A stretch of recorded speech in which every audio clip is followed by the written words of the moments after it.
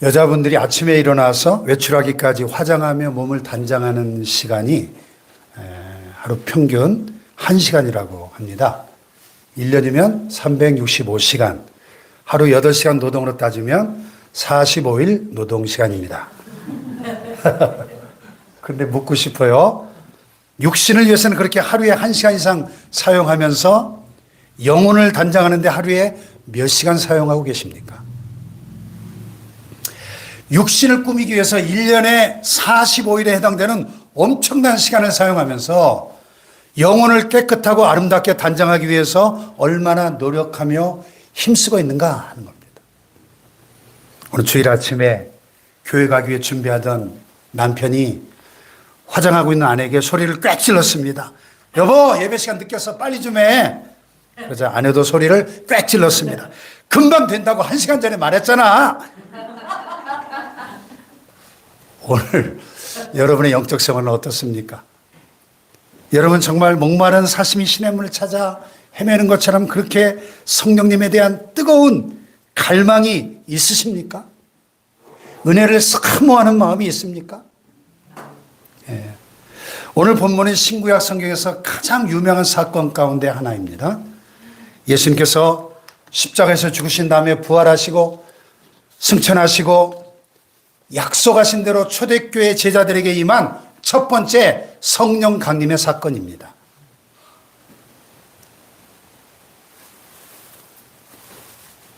때는 유대인들의 최대 절기였던 유월절 이후에 50일째 되는 날, 즉 오순절 절기였습니다. 부활하신 주님께서 40일 동안 이 땅에 계시면서 제자들에게 친히 나타나시면서 부활을 확증해 주시고 하나님 나라의 일들을 말씀해 주셨습니다. 그런 다음 하늘로 승천하신 후 꼭 10일이 지나고 오순절이 되었는데 예수님이 부활하신 부활절이 주일이었고 성령님이 강림하신 오순절이 또 주일입니다. 또 요한계시록 1장에 보면 사도 요한이 밤모섬에서 성령의 계시를 받은 날도 주의 날, 즉 주일이었습니다. 오늘 주일 이 아침에 우리가 예배를 드리고 있는데 이날은 우리 주님께서 사망 권세를 이기시고 부활하신 부활의 날입니다. 근데 만약에 오늘 이 자리에 와가지고 우리 영혼이 살아나는 부활을 경험하지 못한다면 주일을 잘못 보내고 있는 겁니다. 만일 오늘 여기 와서 예배를 드리면서도 살아계신 성령의 임재를 경험하지 못하고 성령님을 향한 갈망이 없다면 지금 예배를 잘못 드리고 있는 것입니다. 사도 요한이 밤모섬에서 하나님의 말씀을 받았던 것처럼 오늘 이곳에서 내게 주시는 하나님의 말씀을 받지 못하고 이 자리를 떠난다면 이 예배 잘못 드리고 있는 것이죠. 예수님께서 승천하시면서 제자들에게 너희가 예루살렘을 떠나지 말고 아버지께서 보내주심하고 약속하신 성령님을 기다려라 하셨기 때문에 제자들이 그 명령에 순종해서 기다리고 있었습니다. 그냥 멍 때리고 기다린 것이 아니라 늘 모이던 마가 요한의 다락방에 모여 마음을 같이하여 10일 동안 전심으로 기도했습니다. 할렐루야. 오늘 1절에 보면 오순절 날이 이미 이름에, 즉 정확하게 오순절, 그날 주일에 그런 뜻입니다. 호련히 하늘로부터, 이 말씀은 대단히 중요한 구절입니다. 호련히 하늘로부터, 즉 이 사건은 하나님께서 주도적으로 행하신 하나님의 사건이라는 뜻입니다. 주님의 성령께서 하늘로부터 임하신 하늘의 사건인 것이죠. 오순절날 마가 요한의 다락방에 모여서 주님이 약속하신 성령님을 기다리면서 전심으로 기도하던 초대교회 제자들이 이상한 모습으로 임하시는 성령님의 임재를 경험하는데 한마디로 말하면 바람같이 불같이입니다. 그래서 오늘 설교 제목을 바람같이 불같이라고 정해봤어요. 따라해 볼까요? 바람같이 불같이. 바람같이 불같이. 바람같이 불같이. 바람같이 불같이. 불같이. 첫째로 제자들은 호련히 하늘로부터 급하고 강한 바람 같은 소리를 듣게 되었습니다.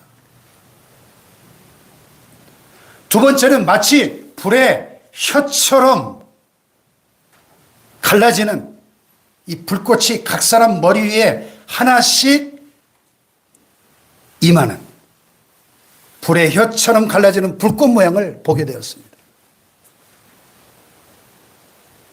거기 모여서 기도하던 120명이나 되는 모든 사람들이 바람같이 불같이 임하시는 그 성령을 충만히 받고 예수 그리스도의 십자가와 부활을 증거하기 위해서 다른 언어들로 방언으로 말하기 시작합니다.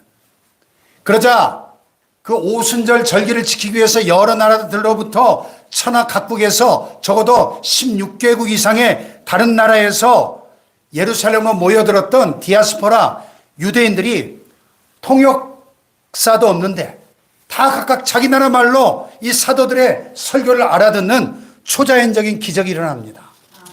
할렐루야. 여기 이 방언은 요즘 우리가 하는 그 방언이 아니고 실제 다른 나라의 언어들, 즉 외국어였습니다. 사도들의 입이 열려서 외국어로 하나님의 말씀을 전합니다. 거기 모인 각 나라에서 온 사람들의 귀가 활짝 열린 겁니다. 입 방언과 동시에 귀 방언이 열린 것입니다. 사도들의 설교를 각자 자기 나라 말로 알아듣는 겁니다. 왜 그랬을까요? 그 당시 지금 이 시간 예수님의 이 십자가의 죽음의 사건과 부활의 사건과 승천하셔서 하나님 보좌 우편에 좌정하시고 온 우주를 다스리시는 그 캐리그마 복음의 사건이 매우 급박하고 급속하게 전파되어야 할 필요가 있었던 것이죠. 언제 제자들이 그 16교의 외국어를 다 배워가지고 복음을 전파하겠습니까? 그래서 긴급한 성령의 초자연적인 임재 사건이 일어난 것입니다. 할렐루야. 자, 오늘 우리가 같이 읽은 본문 이 사도행전을 기록한 사람이 바로 그 유명한 의사 누가였습니다. 훗날 사도 바울의 충성스러운 동역자이자 주치의로 일했던 누가. 이 누가복음의 저자이기도 한 의사 누가는 의사답게 통찰력을 가지고 대단히 섬세하게 실제적인 언어로 성경을 기록한 사람이었습니다. 그런데 오늘 이 신비한 성령의 임재 앞에서는 실제적인 언어로 달리 표현할 길이 없었습니다. 어느 유명했던 광고 카피처럼 참 좋은데 뭐라고 표현할 길이 없네. 그래서 상징적인 언어로 기록을 한 거예요. 그것이 바람같이 불같이예요. 한국교회가 성령님을 이야기할 때 제일 먼저 성령하면 뭐 같은 성령이 떠올라요? 불 같은 성령이 떠올려요. 그래서 과거 교회들마다 부흥회를 한다든지 기도원이나 수련회 가면 제일 많이 불렀던 최애곡이 불길 같은 성령여 간구하네. 이거 참 많이 불렀습니다. 과거에. 네. 그래서 앞에서 찬송 인도하는 분은 막 손으로 간개상을 치면서 인도하고 어떤 때는 큰 북을 갖다 놓고 막 북을 치면서 불길 같은 성령이요 참 많이 불렀습니다. 과거에. 불러 충만하게 하소서 하고 주여 삼창하고 통성기도 시켜놓고 한결같이 불러 참 많이 했습니다. 예. 돌아가신 1세대 부흥사 신현규 목사님 부흥회 제가 많이 쫓아다녔는데 서울의 어느 큰 교회에서 부흥회 하실 때 뭐 이분은 막 강단에 이리 떴다 저리 떴다 막 날아다니면서 설교하셔요. 그냥 위아래 흰 양복 흰 구두 입고 다 그 마이크 잡고 나와가지고 막 뛰어다니면서 설교하시거든요. 예? 뭐 설교 중간에 불러 막 이러셔요. 막 이 성령의 불이 막 떨어지시나 봐요. 그냥 가만히 있지를 못해요. 온 강대상으로 막 뛰어다니면서 설교하시고 불러 참 그 불 좀 받아보려고 저도 많이 쫓아다녔거든요. 네. 근데 사실 오늘 본문은 불러보다 바람같이가 먼저 나오죠. 꼭 그렇게 해야 된다면 불러도 해야 되겠지만 바람같이 해야 되는 거 사실은. 예. 사실 누가의 설명은 근데 바람도 아니고 불도 아니에요. 바람이나 불이 중요한 게 아니고 그 당시에 다락방에 모였던 사람들의 머리카락이 막 휘날리고 옷이 벗겨져 날아가는 그런 바람이 아니거든요.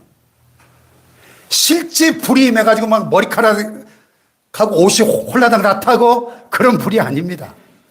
급하고 강한 바람 같이 불의 혀처럼이에요. 상징이죠, 상징. 성경은 성령님을 바람에 비유하시는데 히브리 사람들은 성령, 영, 숨결, 호흡, 바람을 다 같은 단어로 한 단어로 써요. 구약 성경에서 히브리어로는 루아흐라는 단어고요. 신약 성경에서는 푸뉴마 이런 단어입니다.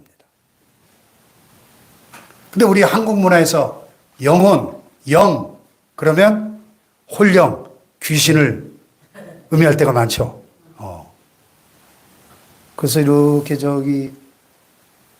새로운 교회 지나가다 보면 예배당 큰 벽에다가 영혼을 새롭게 하는 교회 이런 비슷한 문구가 있었는데 그게 사실은 영혼이라는 단어를 보면 우리 대부분 한국 사람들은 귀신을 떠올리거든요. 그게 그 용어가 우리한테는 친숙하지만 불신자들에게는 그렇습니다. 그래서 성령을 이런 개념하고 구별하기 위해서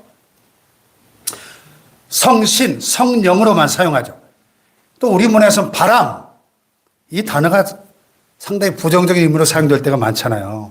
춤바람 났다, 바람 났다, 바람기가 있다. 다 안 좋은 말이잖아요. 오래전 유행했던 노래 중에 그대 이름은 바람. 이 바람은 변덕이나 배신을 뜻하는 거잖아요. 근데 히브리 문화에서 이 영, 바람, 숨결, 성령이라는 단어를 동일한 단어로 루아흐, 구약에서 신약에서 푸뉴마, 이 말은 신비를 의미하고 하나님 주시는 생명을 의미하고 세상이 줄 수 없는 영적인 능력을 의미하고 그리고 바람이 임의로 부는 것처럼 하나님의 주권을 의미하고 있습니다. 아멘. 그래서 히브리 문화에서 이 루아흐, 푸뉴마 이 말은 신성을 의미해요. 신성. 우리 눈에 보이지 않지만 실제 역사가 있고 능력이 있습니다. 바람이 쫙 불면 어제 그 초평호 둘레길을 쭉 걷다 보니까 제가 추울까봐 기모가 들어간 바지를 입었다가 쪄 죽을 뻔했는데 호수에 바람이 쫙 불어오니까 얼마나 시원하든지 눈에 보이지 않지만 분명히 우리가 그 바람의 임재를 느낍니다. 그렇죠? 바람이 불면 우리 눈에 바람이 보이지 않지만 나무가 막 흔들립니다. 파도가 몰아칩니다. 태풍이 일어납니다. 막 토네이도가 됩니다. 마찬가지로 성령님이 내 안에 역사할 때 내 마음이 거룩한 곳으로 움직이기 시작하는 거예요. 성령의 바람이 나를 내 입술을 십자가와 부활의 복음을 믿고 증거하는 곳으로 몰아가는 것입니다. 생명을 다해 하나님을 사랑하도록 피 흘려 사신 주님의 몸된 교회를 뜨겁게 사랑하도록 내 마음을 몰아가는 것입니다. 전에는 한 번도 경험해보지 못했던 신비한 영적 경험을 하는 그곳으로 내 마음을 바람처럼 몰아가시는 거예요. 할렐루야. 땅의 바람은 동남풍이든 서북풍이든 한쪽에서 불어서 다른 쪽으로 불죠. 그러나 성령의 바람은 위로부터 불어오는 위로부터 하늘에서 불어오는 바람이에요. 하늘에서. 아멘. 땅의 바람은 슉 불어 지나가고 또 다른 바람이 다가오죠. 그러나 성령의 바람은 모인 것을 가득 채웠지만 불어 지나가는 것이 아니라 모인 그곳의 방안을 가득 채워서 거기에 머무는 것이죠. 급하고 강한 바람 같은 것이 하늘에서 급하게 내려와서 휙 불어 지나가 버리는 게 아니라 방안을 가득 채워서 머물렀던 것이죠. 우리 일상에서는 경험할 수 없는 신비하고 희한한 체험이었던 것입니다. 할렐루야. 마치 에스겔 37장의 마른 뼈들의 환상처럼 에스겔 선지자가 하나님의 말씀을 대언할 때 그 골짜기에 가득 널려있던 그 수많은 뼈들이 달그락 서로 연결되면서 사람의 형체를 갖추기 시작하고 뼈 위에 힘줄이 오르고 살이 오르고 그 위에 가죽이 덮인 후에 생기야 사방에서부터 불어와서 이 죽은 자들을 살려내라 외칠 때 사방에서 불어오는 생기의 바람이 그 뼈들 속으로 들어가서 살아 일어나 거대한 군대가 되는 그런 신비로운 체험인 것이죠. 아멘. 할렐루야. 아멘. 예수님께서 십자가에 못 박히실 때 뿔뿔이 흩어지고 겁에 질려서 두려움에 벌벌 떨고 있던 이 비겁한 겁쟁이들이, 제자들이 초대교회를 탄생시키고 세상을 뒤집어 놓는 영적인 군대가 된 것입니다. 강력한 복음의 군사들이 된 것입니다. 바로 이것이 오순절 다락방에 임하신 바람 같은 성령님의 역사였습니다. 할렐루야. 본문이 말씀하는 두 번째 성령님의 상징은 불꽃 같은 성령이에요. 불꽃 같은 성령. 자, 3절 말씀을 같이 한번 읽어볼까요? 시작. 마치 대형처럼 달라지는 것들이 그들에게 보여 사자가 위에 하나씩 임하여 있더니. 아멘. 마치 뭐처럼? 불의 혀처럼 갈라지는 것들이 그들에게 보였다. 성령님은 하나님 자신이시고 인격이시고 또 영이시기 때문에 형체가 없으셔요.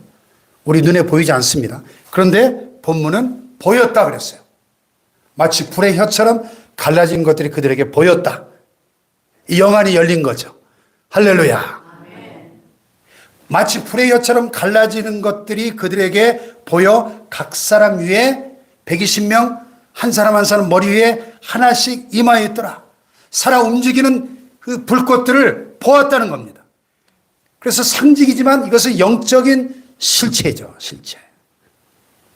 여러분, 성령이 임하실 때 실제 우리가 그런 간증들을 많이 하거든요. 불받았다. 그런 표현을 많이 합니다. 예, 실제 뜨거움을 체험하는 분들이 굉장히 많고, 저도 이런 성령이 충만한 그런 집회 가면 자주 경험하는 현상인데, 막 가슴이 뜨거워지고 이렇게 손을 들고 기도할 때 이 손끝부터 온 몸에 막 그 고압 전기에 감전된 것 같은 찌릿찌릿찌릿하는 그런 경험을 자주 했어요. 저도. 예. 실제로 아니 여기 뭐 누가 뭐 전기를 막 전파를 하는 것도 아닌데 막 손이 찌릿찌릿찌릿하는 온 몸이 감전된 것 같은 그런 체험을 자주 하게 됩니다. 실제로 성령이 임재하면 이게 단순히 상징이 아니라 그런 뜨거운 성령의 임재를 경험할 수 있어요. 예. 구약에도 눈에 보이게 나타나신 하나님이 계셨죠. 대표적인 사건이 출애굽기 3장인 모세가 하나님의 부르심을 받을 때 호렙산 떨기나무 불꽃 가운데 나타나신 하나님을 보게 됩니다. 예. 아니 떨기나무에 불이 붙어가지고 막 활활 타오르는데 떨기나무는 타지 않고 그대로 있어요. 그게 어떻게 가능합니까? 불은 재료가 타야 불이 되는데 이 불은 희한하게 떨기나무는 타지 않고 그대로 있는데 불꽃만 타오르는 겁니다. 성령의 불꽃을 본 거죠. 성령의 임재를. 마가요한의 다락방 초대교회에 임하셨던 성령님은 불의 혀처럼 갈라지는 모습으로 불꽃처럼 임하신 거예요. 그 불꽃이 실제 불이었다면 그 마가 다락방에 있던 120명을 홀라당 다 태워버렸겠죠. 그런데 120명 각 사람 머리 위에 불꽃들이 머물렀지만 아무도 머리카락이 타지 않고 화상을 입지 않았습니다. 예. 지금 서울에 무슨 교회더라? 세영교회 목회하시는 송성훈 목사님, 저랑 88년도에 같이 교육전사로 인천 평동교회에서 제가 처음 만났었는데 36년 전에 이 홍성 성결교회 돌아가신 송원빈 목사님의 셋째 아들입니다. 그 집안 사형제가 다 목사님, 우리 교단 목사님이에요. 큰아드님 남대전교회 송대웅 목사님 돌아가셨고 송대웅, 송철웅, 송성웅, 송만웅 사형제가 다 목사인데 이 돌아가신 송원빈 목사님이 우리 성결교단의 성령운동에 아주 대부셨어요. 그 홍성성결교회가 엄청난 성령의 역사들이 많이 나타났던 교회입니다. 그래서 저는 그 송성훈 목사님한테 직접 들은 얘기인데 실제로 한창 그곳에 부흥이 임할 때는 어느 날 그 홍성교회에서 부흥회를 하고 있는데 동네 사람들이 지나가다 보니까 예배당에 불이 나는 거예요. 막 예배당이 훨훨 타오르는 거예요. 그래가지고 막 소방서에 전해가지고 불났다고 막 소방차들이 실제로 출동을 했답니다. 근데 와보니까 실제 불이 아니고 부흥회를 하고 있는 거예요. 부흥회를. 예배당에서 부흥회를 하고 있는데 이 불신자들의 눈에까지 불같은 성령의 임재가 보인 겁니다. 할렐루야. 실화야, 실화. 참 대단하죠. 네. 그 제가 그 교회도 그때 부흥회 할 때 가보고 그랬는데 이 기도실에서 막 전 교회가 성령의 불을 받아가지고 막 아이들도 국민학생, 중고등학생들도 방과 후에 예배당에 모여가지고 기도실에 들어가서 막 기도하고 하니까 이 지하 기도실에 있는 이 기도실에 만나가 내려 만나. 실제 이스라엘 백성들이 먹었던 그 만나가. 그 여러 번 내렸대. 그래서 그 만나를 이 시험관에 담아놔서 저한테 보여주더라고요. 기도실에 내렸던 그 만나를.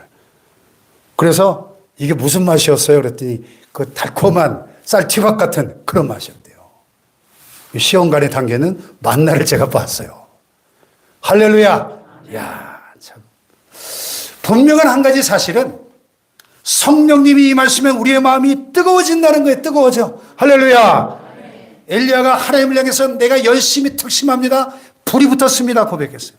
예레미야가 내가 하나님을 자랑하지 않으면 중심이 불붙는 것 같아서 견딜 수가 없다고 고백했거든요. 여러분 이 성령의 불을 사모하고 성령의 불을 받으시기를 축복합니다.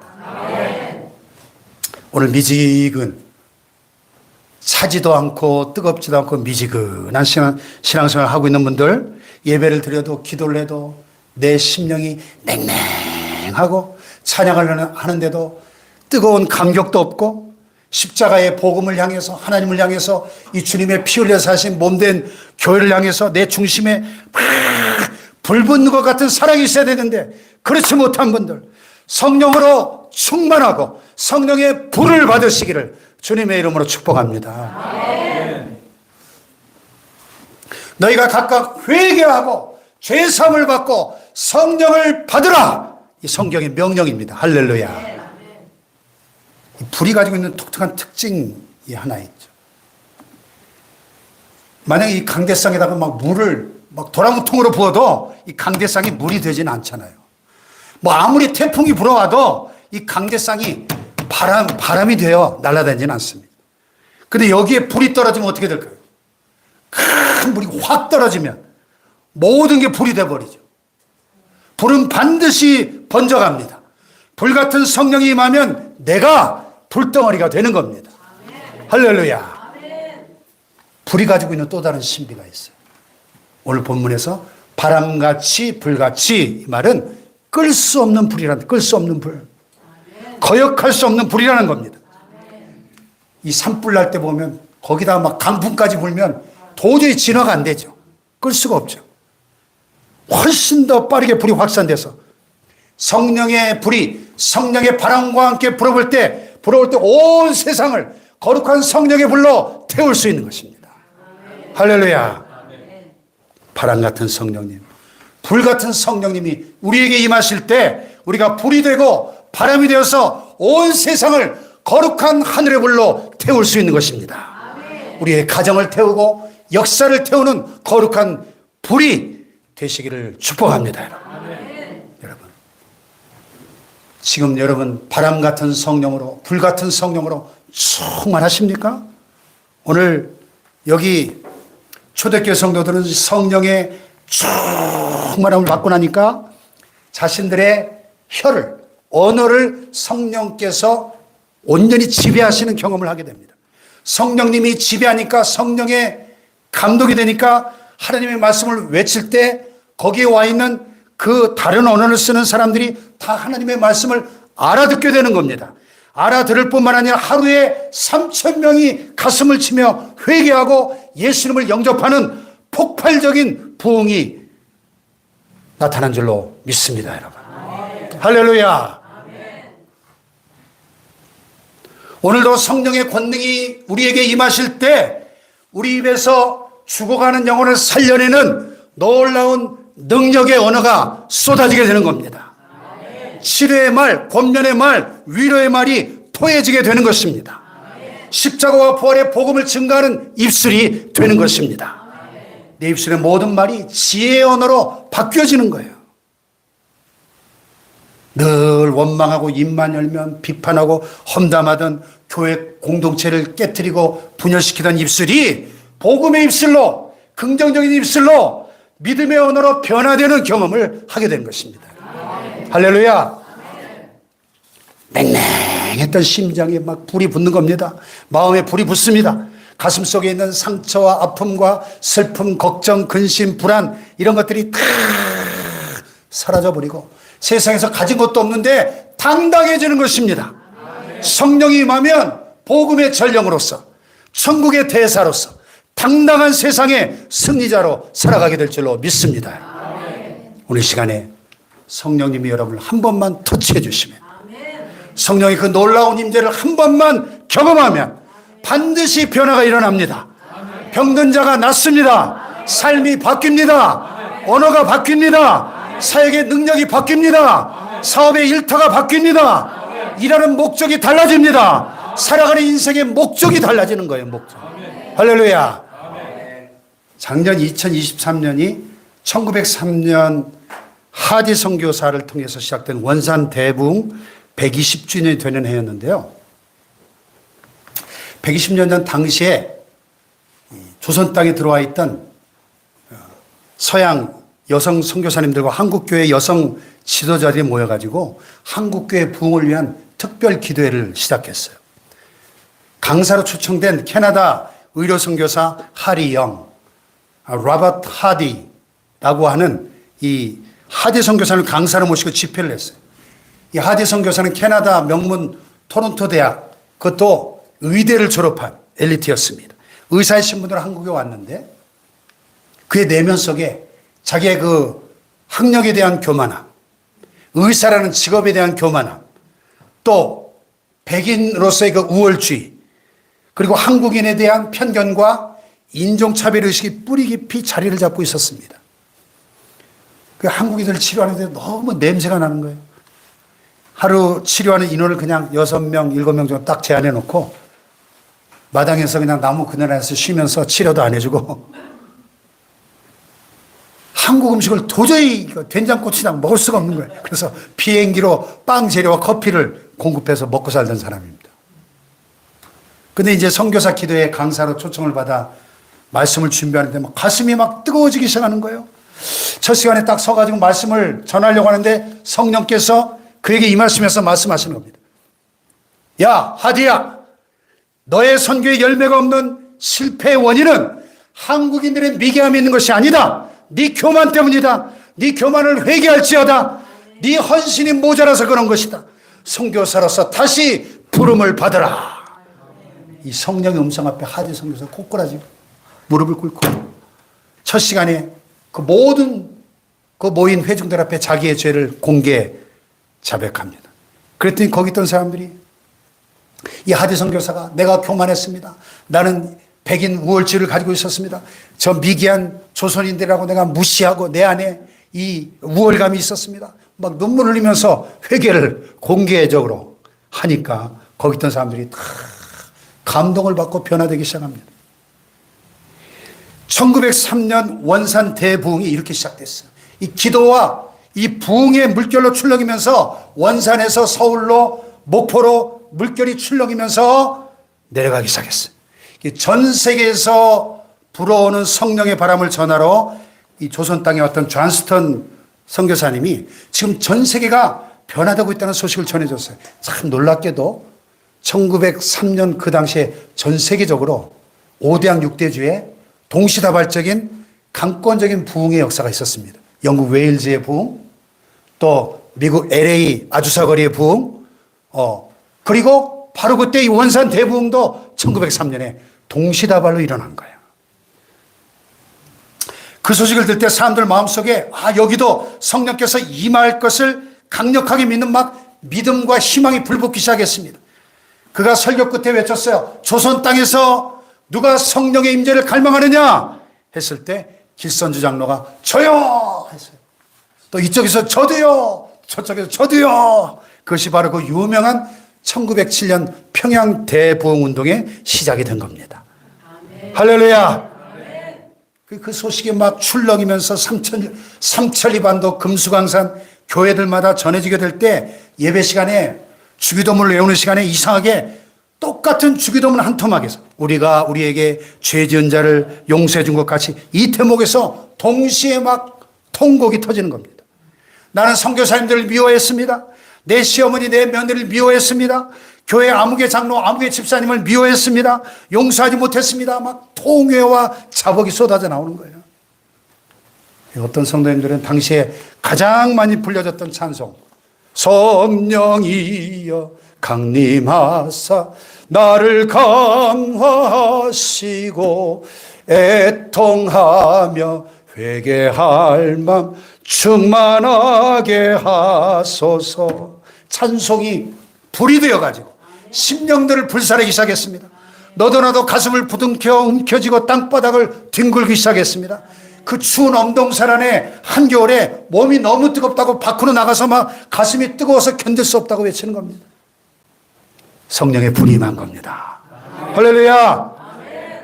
선교사님들은 오늘 복음을 전하고 내일 죽을 사람들처럼 목숨을 아까워하지 않고 이 마을 저 마을 뛰어다니면서 복음을 전하고 다닙니다. 집에 돌아와 보니까 자식들이 죽고 아내가 죽은 것도 모르고 막 뛰어다니는 그런 일도 있었다 그래요. 어린아이들도 세뱃돈 용돈을 모아서 전도지를 사들고 전도합니다. 마을 지나가는 나그네를 붙들고 아저씨 예수 믿으세요. 예수 안 믿으면 지옥 가요. 어린아이들이 마을을 지나가지 못하도 길을 막고 서서 복음을 전하게 됩니다. 할렐루야. 이와 같이 성령이 임하는 곳에 바람 같은 태풍 같은 불길 같은 복음 전도의 바람이 일어났어요. 차갑지도 뜨겁지도 않은 미지근한 신앙이 사라지고 불같은 신앙의 열정이 살아났습니다.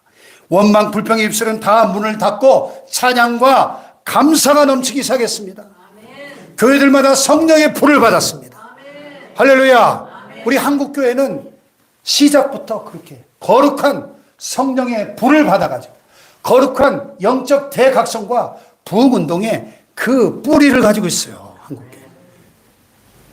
다시 한번 이 21세기 오늘 위기에 처한 우리 대한민국 사회와 한국교회가 다시 한번 성령의 불을 받고 성령의 충만을 받고 성령의 감동을 받아야 될 때인 줄로 믿습니다. 다시 한번 성령의 바람이 불어와야 될 줄로 믿습니다. 다시 한번 부흥의 불길이 한국교회 안에 6만여개 교회들마다 타올라야 할 때일 줄로 믿습니다. 내가 변하고 먼저 우리 가정이 변하고 교회가 변하고 민족이 변하고 세상이 달라지는 이 성령의 거룩한